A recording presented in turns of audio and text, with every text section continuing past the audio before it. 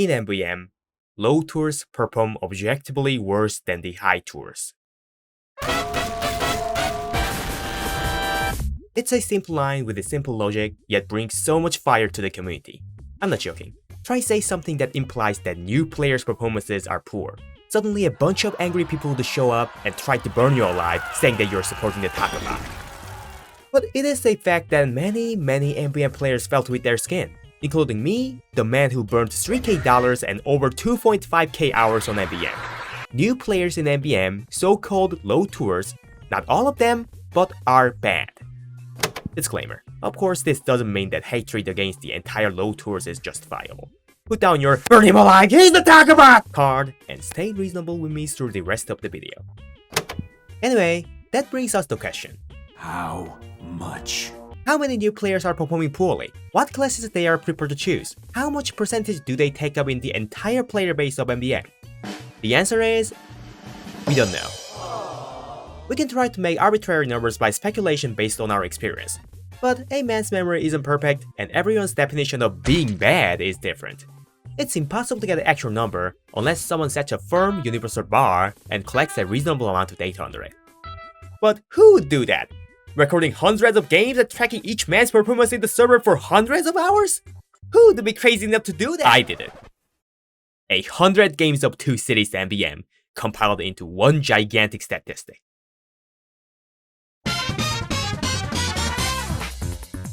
I had to set quite a few ground rules before starting to collect the data. 1. What types of people I record?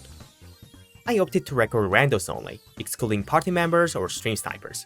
Yeah, cause I stream myself playing MVM a lot, so. If I include them, they repeatedly show up in the chart, which can dilute the accuracy of the statistics. Yep, this is a server filled with stream sniper, like every time. Additionally, I will try to let others pick the class first and stay on the server without leaving as much as possible. 2. What format I'll use to track others' performance? Looks easy, right? Scribble down what class they picked, then their performance with it under it. But in practice, no. See, people can switch classes between each wave. Then why not write down every class they played? Well, again, no. Picture a man playing decent with the soldier he chose. But what if he suddenly switched to spy and keeps on dying? Should I call him a good player cause he was good at soldier, or an awful player cause he's through as a spy? Then write down every class they played in a game and the performance with each class under it. It'll finally solve the problem, right? Unfortunately, no, thrice. Because players' performance can change mid-game. For example, Pyro, playing horribly without throwing a gas passer, could have forgotten to equip it, and he can turn out to be a decent player after noticing his error. So, considering all these possible scenarios, I came up with this format. For each wave, writing down the class they picked on top and the performance with it under it, for each teammate I meet. 3. How I'll determine whether they are good or bad. This one is the trickiest part because there is no solid definition of bad in MVM. So, I thought I'd better take the inverse definition of good in MVM. Good MVM players are like this. They use well-suited loadout for MVM, know what to upgrade, have a good idea of the job of their classes, and execute it nicely. So, these 3 are the main things that judge whether they are good or bad in MVM. But consider that even with a good loadout and upgrade, their performance can be awful and vice versa. So, in the end, I came up with this scoring system. Loadouts are not a big deal, so I assigned a low amount of score to it. Unless they're using horrible weapons like Gunslinger and Huntsman, I'll score them over 10. Yes, Huntsman is horrible, shut up. And upgrades. I assigned just 25 to this because people can play like a complete ass even with good upgrades. But how can I see them? Yeah, it's been over a year since they removed the teammate inspecting in MVM. Rebirth, goddammit! Anyway, not a big deal cause it's pretty much easy to spot whether they upgraded correctly or not. Resistance upgrades, Medic's shield, Scout's med milk slow, good upgrades affect the game a lot, therefore easy to spot where they're missing. Anyway, as long as they upgrade those crucial upgrades, I'll give them a good score on this. With the performance part, I opted to be extra generous about it. Even high tours like me sometimes make mistakes, so asking for picture-perfect gameplay for random players will be nonsensical. So I'll ignore minor errors, such as missing lesser than 10 credits as a scout or accidentally popping Uber medics 1 or 2 times. I'll give them a low score on this only if they are unbearably bad and not even trying to improve. To sum it up, it'll be like this. Good. Knows what to do and executes the job decently. So-so. Knows what to do roughly, executes the job, but somewhat poorly. Bad. Knows nearly nothing, executes the job poorly or not even trying it. Of course, I can't give everyone a precise score because I am not a computer, but setting a good criterion like this will be convenient for the recording. Let me give you an example to make you experience how this system works. Get to it! Keep your man, big mouth! Watch!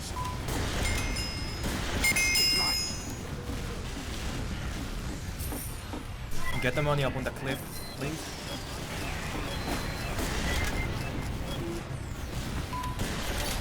Alert! The bomb is almost to the hatch.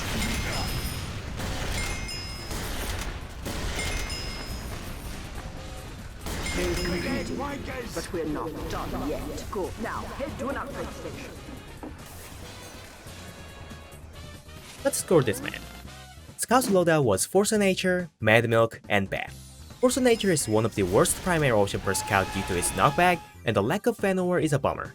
But he at least equipped the most crucial one, the Mad Milk, so I'll give him 8 out of 15. He did upgrade Mad Milk Slow, but hasn't bought Jump Height or Cantons. It's sad, but to be honest, Mad Milk Slow is more than enough. 15 out of 25. Scout's two main jobs are collecting the money, and with Mad Milk, giving health support to teammates and slowing down the robots. He knew that he should collect the money, but his performance on that was poor. If I wasn't a sniper, he could lost much more than 25. Also, he threw Mad Milk on robots, but not to the ones that he needed to, Super Scouts. His overall performance is quite awful, without a doubt, but at least he had the basic idea of his role. 20 out of 60. In sum, 43 out of 100, so-so, just barely. Alright, I think I well demonstrated how this system operates. Now, finally, I can jump into recording 100 games of 2 cities MVM. Why only Operation 2 cities? Mainly because it's my most played one, so I was sure I would be able to analyze teammates on the go without a problem. But not only that, 2 cities has the most active players. So, more players, more samples. Easy logic. Anyway, after countless streams, countless hours, and an immeasurable amount of pain, I finished the task. It took me more than 3 months. And finally, after playing with some spreadsheet functions, the chart is ready. Now it's time to show you what the results were. So, brace your neurons, cause there will be a lot of numbers.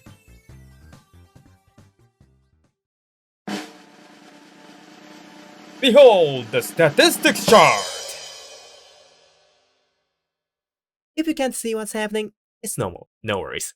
Nobody can process this many raw numbers with a single glance. So for both your and myself's sake, I'll use graph visualizations for interesting points I spotted in this. There's one thing I needed to explain before jumping in though. I divided the players into 3 groups: low tours, mid tours, and high tours. Low tours are the players has 1-digit tour count, averaging 10 hours of MVM experience. Mid tours are 2-digit players, averaging 100 hours of experience. And high tours are 3+ digit players, averaging large hours of experience. This grouping will help us to spot correlations between skill level and the other factors. And to make the statistics more accurate, I excluded records of 4 cheaters I met. Also, I moved 2 1-tour players who turned out to be resetters having 1000+ tour count to the high tours group. If you don't know what resetter means, you can reset your tour count by deleting the tour completion badge. We call those who did that as resetters. Yes, I explained everything now, so here goes nothing. You're now looking at a graph representing the population of each tour count group. And here's another one. Wonder why there are 2? Because I recorded teammates and how many waves they played separately. So, to get a correct graph, we need to take an average of those 2. And here is it. Not so surprisingly, low tours took up about 48%. 210 out of 441 total players played 1,152 waves out of 2,412. Even though the range of the tour count increased 9 times than the low tours, mid tours scored a lesser percentage, about 39%, with 171 players, 945 waves played. High tours were even lesser than mid tours, but still regularly showed up, about 13%, with 60 players and 315 waves played in total. And this got me thinking, what if I compare it to the Operation 2 City Badges level distribution data? As soon as you finish your first mission of any operation in MVM, not the whole tour, you'll get rewarded with a level 1 badge for that operation. That level 1 means that you're currently playing your first tour of the operation. Now, this is the level distribution data of the 2 cities badges. You can search that in backpack.th. We can see it roughly follows the inverse proportion pattern. Unfortunately, backpack.th doesn't let us see the count of badges past 25 levels, so we need some improvisation for the comparison. They give us the number of all existing badges and the numbers of badges per 1 to 9 tour count. That means at least it's possible to compare the low tours population to the mid to high tours combined. So let's make the comparison. Here's the one based on my data, and this is the one based on backpack.th data. That's a massive discrepancy. I think the only explanation for this is this. People with higher tour count plays more games than their lower counterpart.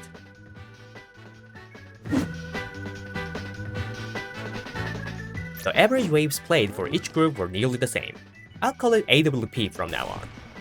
Anyway, we can spot that high tour scored a bit less AWP than the other two groups. I got curious, so I collected the games people left with their choice and did some statistics with them.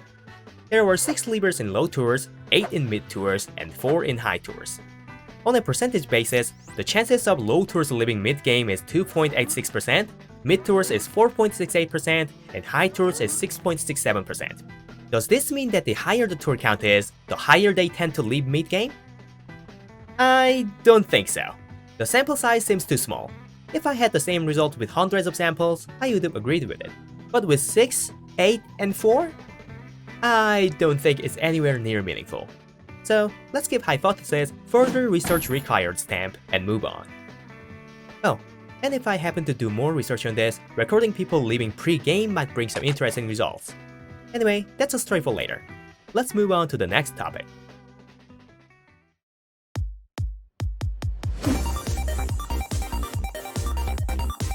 The same logic applies here.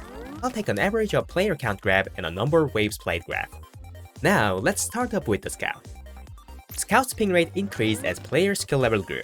I think it's mainly because the concept of money collecting is foreign and nervous to try out for new players. But the Scout's supporting abilities are too significant to ignore, so it feels natural to see the ping rate growing with the understanding level of the MVM. Soldier was one of the most beloved DPS class regardless of the skill level, due to his straightforward playstyle, versatility, and high peak performance. But new players showed the tendency to lean toward other options, still a high rate though. Pyro showed the opposite result of Scouts. As player skill levels grew, the ping rate of the Pyro decreased significantly. You might be surprised, cause many say that the Pyro is the best generalist class. Pyro can collect money, dish out close range damage, do AoE burst damage with gas, and melt a tank. But in reality, yes, Pyro may be the jack of all trades, however, never the ace.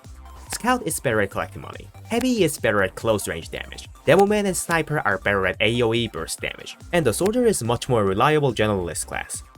So, unless you're playing without teammates, Pyro's lack of specialty becomes a downside in most cases. Therefore, it's natural to see that the ping rate of the Pyro decreases while the skill level increases. Cause for skilled players, Pyro serves no purpose but a tank buster. Demoman was unpopular for low to mid tours, but in the high tours group, he became the second most picked DPS class next to Soldier. To unleash Demoman's true potential, you're required to have a good understanding of how waves go. Without it, he'll just become a somewhat clunky Soldier. That explains why he has a low ping rate among low to mid skill levels. Heavy also showed decreasing in ping rate as Pyro did, but he stayed above a 10% ping rate regardless of the tour count, unlike the Pyro. It's due to how solid his gameplay concept is, mowing down everything in sight. What's surprising was how prominent his ping rate was on the low tour side. He scored about 20%, which was an unrivaled amount. I guess Heavy's straightforward playstyle sold really well for the new players. Engineer was one of the most preferred class regardless of the skill level. Understandable, new players love to play him because his sentry can farm you a bunch of free kills. But he also has a role as an anchor of the team due to his irreplaceable utilities, such as teleport, ammo supply, and sentry block. So mid to high tour players' ping rates staying nearly the same feels natural. Medic's case was similar to Engineer's, but the overall ping rate was smaller. I think it's because while engineers' utilities are irreplaceable, medics' ones are somewhat replaceable, mainly because of cantons. So unless you have a support-worthy pocket, there's not much reason to pick him. Maybe that can explain why his ping rate decreased slightly as the tour count rose. Sniper turns out to be the second most unpopular pick. Quite surprising to me, cause Sniper has arguably the highest peak potential among all the classes, and that's why he's my go-to pick when I need to carry the team. Maybe it's because trying to aim precisely felt too risky to try it for low tours, and too tiring for high tours. Anyway, I can safely say that he's very underrated. Spy.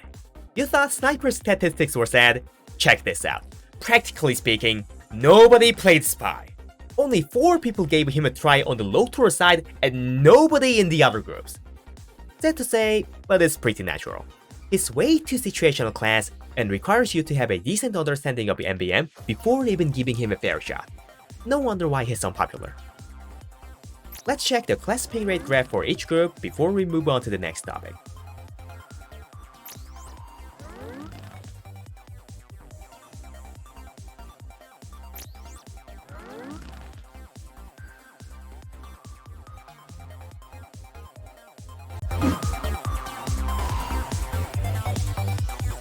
I calculated this to prove my 2 hypotheses. 1. Support classes such as Scout, Engineer, and Medic would have higher AWP. Because their utilities are irreplaceable, I speculated that most people would stay with those classes as long as possible. 2. The higher the skill level is, DPS classes' AWP will decrease in general. Unlike the support classes, DPS classes' job are similar, though I speculated that as the understanding of MVM grows, people would switch their classes more frequently to one that suits better with each wave. And here's the graph. It turns out that hypothesis 1 was only partially true. In the low tours group, there wasn't a significant difference between AWP of DPS and support classes. The mid tours group started showing slightly higher AWP for support classes, but with just a tiny margin. The difference finally became significant when we reached the high tours group. Maybe this means the lesser their experience is, players tend to stick more with the class they choose first, regardless of the situation. And hypothesis 2 seems to be true. We can spot that DPS classes' AWP decreases as the tour count increases. The average of 4 most played DPS classes' AWP shows that very clearly. In the high tours group, only Demoman scored AWP value over 3. I think it's because the Empire Escalation's prominent strategy revolves around the Demoman. With all of this, I think I confirmed this proposition. As the tour count grows, people tend to switch classes more flexibly according to the situation. It might have surprised those who considered every high tours as meta slaves who are not allowing any alternative strategies.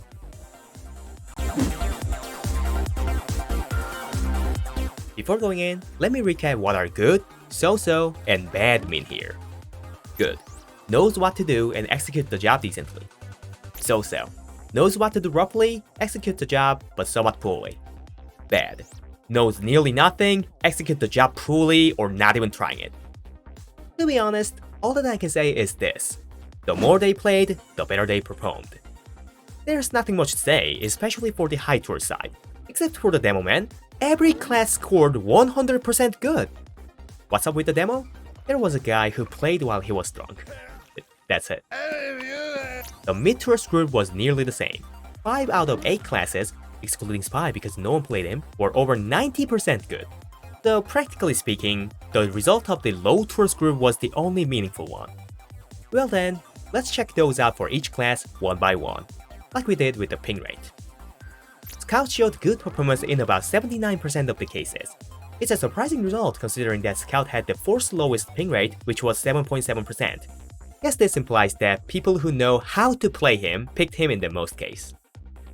Soldier's overall performance wasn't excellent. Only 46% of the players were good, 34% were so-so, and 20% were bad. The main problem was that they kept on shooting when they should. Oh my dear! Repeatedly.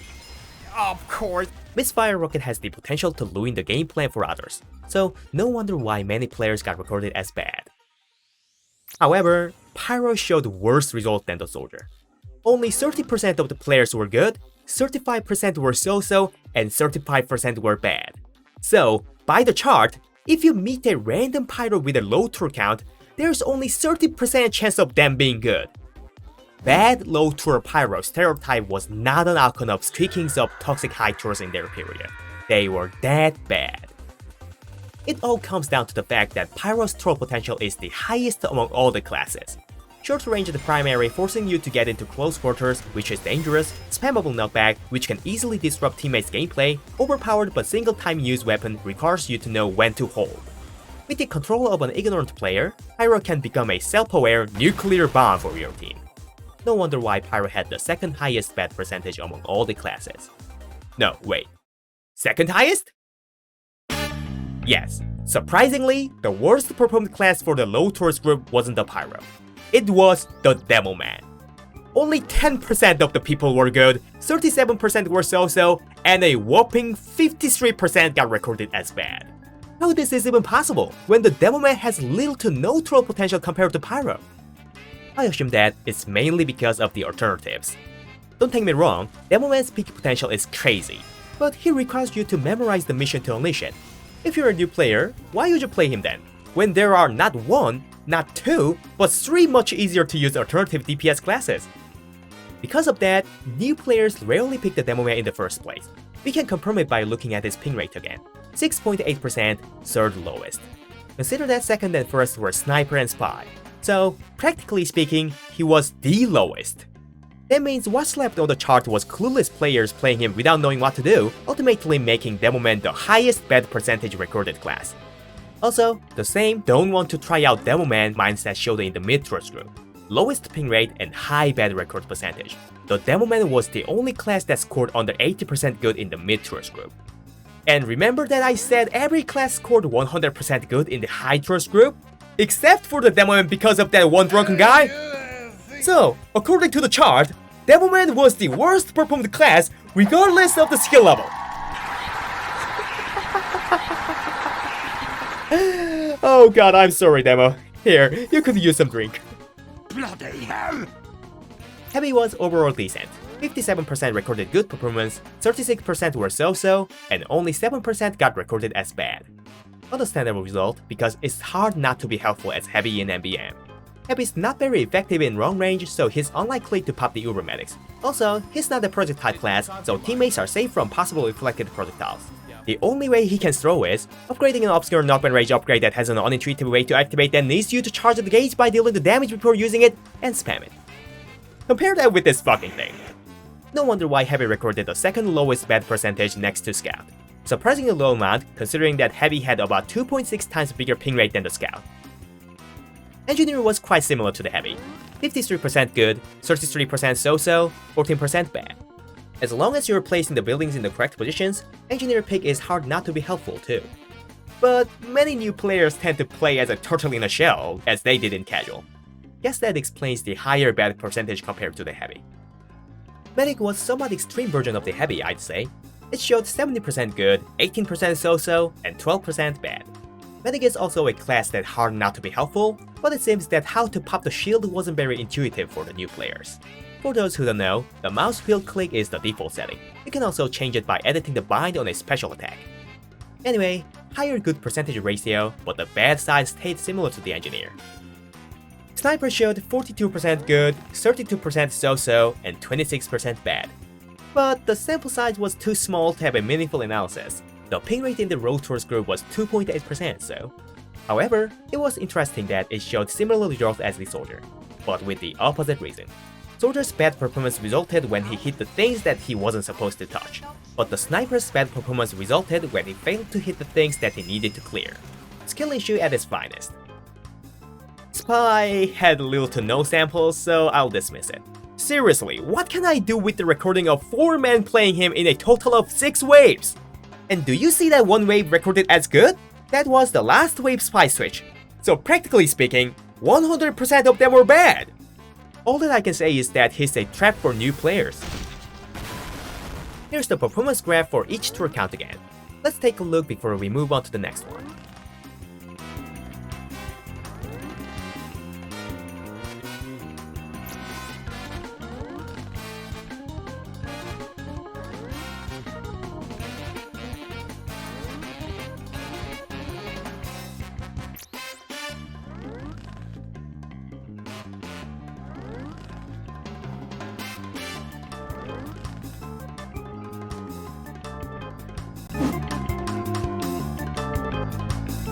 You might wonder why there are additional comments under the pyros, with gas and no gas.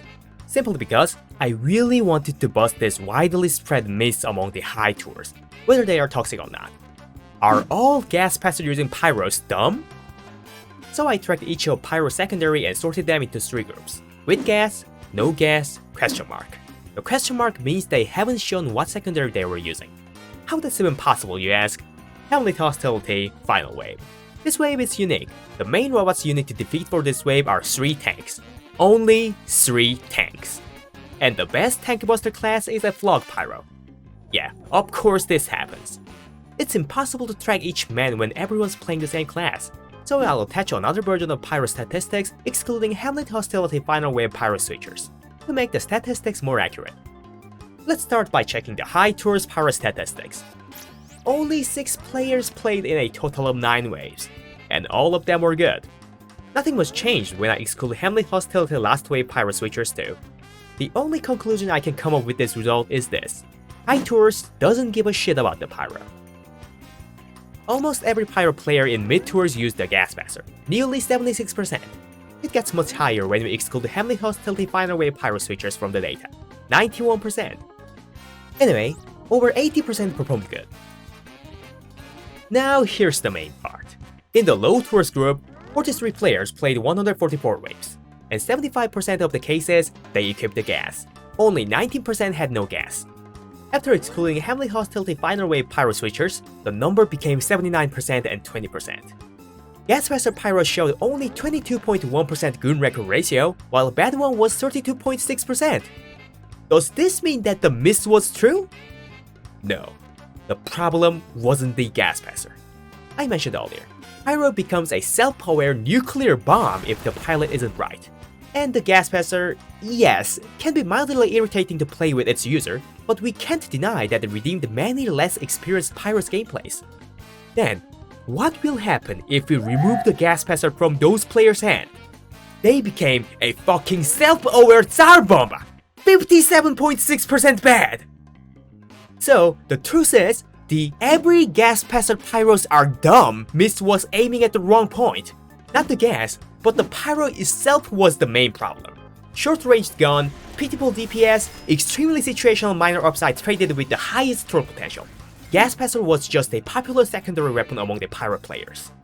Maybe the Gas Passer's existence is why there are so many low tours selecting the Pyro, so I can't say that the bad reputation of the Gas Passer are 100% framed, but with the grab, I can at least confirm that the gas is not the cause of all the Pyro problems in MVM.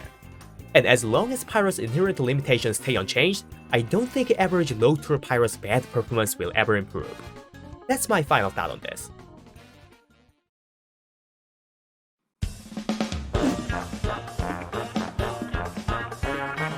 The higher the tour count goes, the population of the player decreases, roughly following an inverse proportion pattern. But the higher the tour count is, the more games they play per man. It ultimately made the 2 graphs show a massive discrepancy.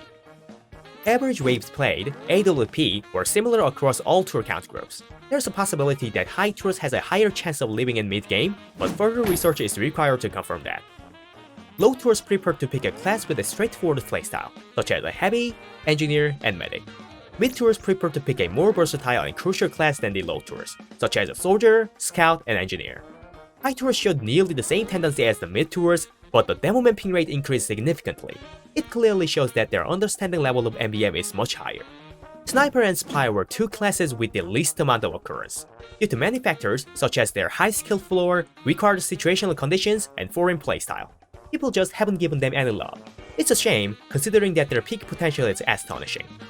As the tour count grew, AWP of support classes increased but decreased for DPS classes.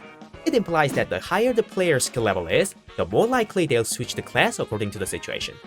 Low tours performance graph for each class showed that the lesser the class's throw potential, the better overall performance appears. Classes with little to no throw potential, such as Heavy, Engineer, and Medic showed positive results. On the other hand, Soldier and Pyro showed vice versa. Scout showed a different tendency, low ping rate but highest good record ratio. Implies that mostly the people who understand the role of the Scout played him. Demo Man was the most interesting one. Due to his high skill floor, he recorded the lowest ping rate, which implies that players opted to play other options rather than him. This negatively impacted Demoman's record and ultimately made him the worst performing class on the chart. Not only on the low tours group, but also on the mid tours, and even on the high tours due to one guy who was drunk while playing him. Congratulations again, Demo, you are the worst performing class regardless of the skill level. Lastly, the widespread belief among the high tours, Gas Passer Pyros are bad, turned out to be mostly false. Usage of the gas had no negative relationship with each pyro's performance, more like positive as we've seen on the chart. So, now I think it's time to fix the prejudice. Gas Passer using pyro isn't a problem. Pyro itself is.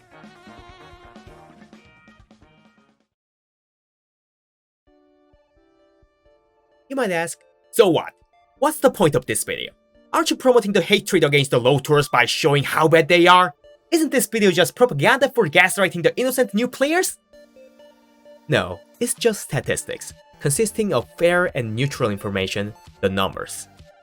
The statistic can get abused for malicious intents like hatred, but also it can be a concrete foundation for wholesome movements. Statistics is a double-edged sword. It's all about which way you swing it.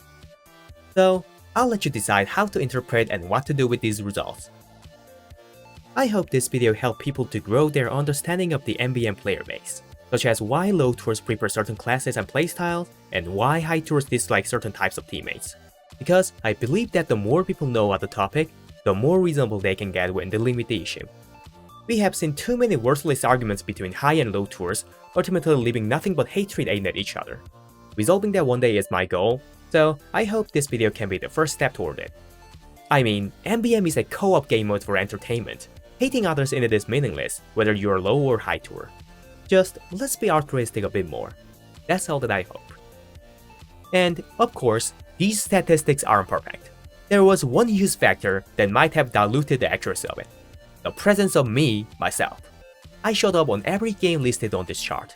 My high tour count and staying with the team behavior might significantly affect the people I've met. Maybe those high tours I met were toxic, but stayed mute because I had a higher tour number. And maybe some low tour players opted to yell the crucial low to me instead of giving themselves a shot. So feel free to share your thoughts and criticize this video in the comment section. I'll also share my statistics spreadsheet with you in the description. Whether trying to produce statistics by yourself with the format or playing with my recordings, I look forward to you guys bringing me more fascinating results. Alright, that's it for today's video. If you want to talk with me and other people about this or other topics, consider joining my Discord server. The link is in the description. I occasionally stream on Twitch, so consider following me there too. Anyway, like always, thank you all for watching my video. See you next time, folks.